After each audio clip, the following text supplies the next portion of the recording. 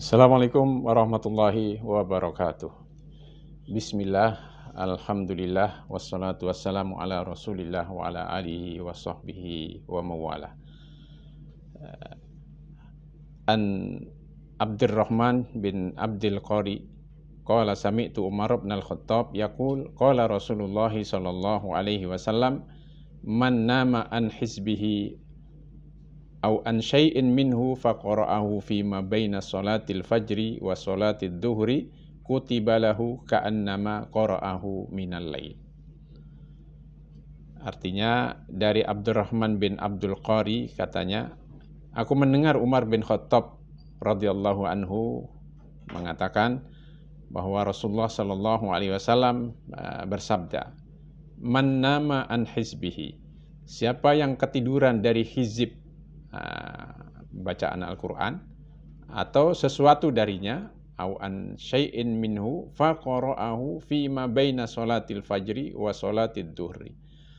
Kemudian ia membaca hizib tadi itu atau wiridnya di antara salat subuh dan salat duhur, kutiba lahu ka'annama qara'ahu minal lail. Maka akan dicatat baginya sebagaimana ia membacanya ketika malam hari. Hadis ini tercantum dalam hadis Riyadhus Shalihin nomor 153. Imam Nawawi mencantumkannya di bawah subjudul Babul Muhafadhati alal A'mal. Bab menjaga amal, ya, terutama amal-amal sunnah tadi itu. Ya. Hizib itu artinya bacaan Al-Quran atau sholat, ya, atau hal-hal yang bisa mendekatkan diri kepada Allah yang selalu dilakukan secara rutin seperti wirid. Ya, ini terutama hizbul Quran, ya, hizib Al-Quran. Di dalam Al-Quran itu biasanya di samping itu ada tertulis hizib itu.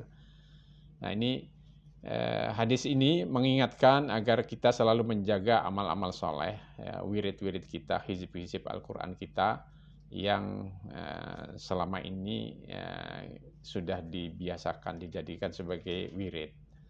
Sekaligus hadis ini juga mengingatkan agar kita sebagai seorang muslim punya wirid Al-Quran setiap hari.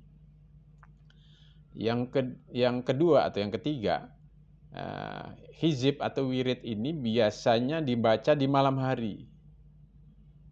Ya, biasanya dibaca di malam hari. Lalu kemudian apabila di malam hari itu tertidur, ya, tidak sempat membacanya, maka diberikan jalan keluarnya oleh Rasulullah SAW dalam hadis ini.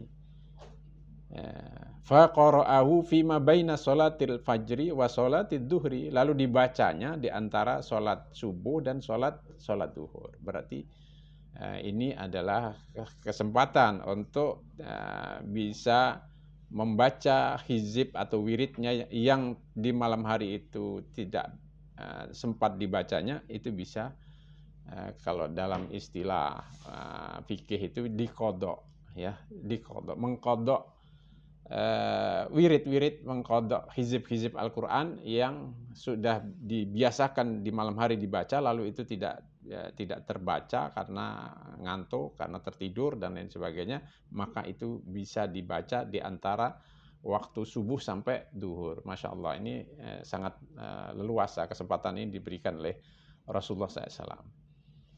Dan keutamanya kutibalahu ka'annama qara'ahu minal lail, akan dicatat pahalanya seperti kalau hizib itu atau wirid tadi itu dibaca di malam hari, walaupun diqodok di siang hari, tapi pahalanya tetap mendapatkan pahala di malam hari.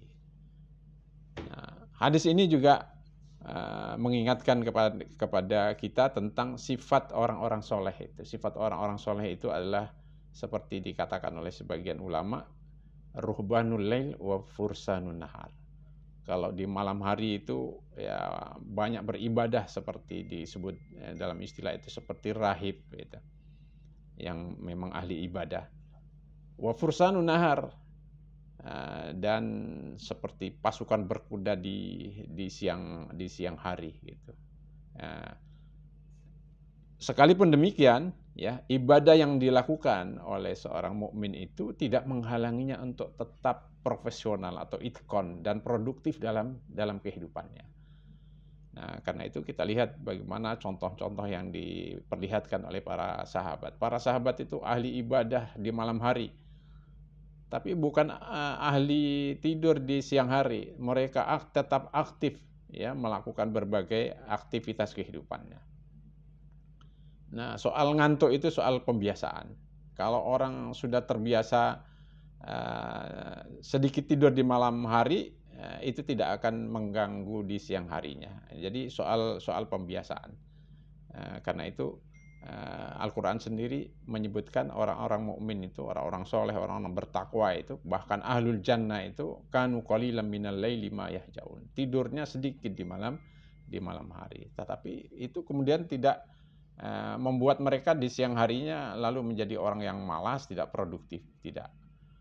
Ya, karena itu di antara ciri orang-orang soleh yang lainnya itu dunia ini tidak menghalanginya untuk selalu menjaga syiar-syiar agama. Demikian, mudah-mudahan bermanfaat.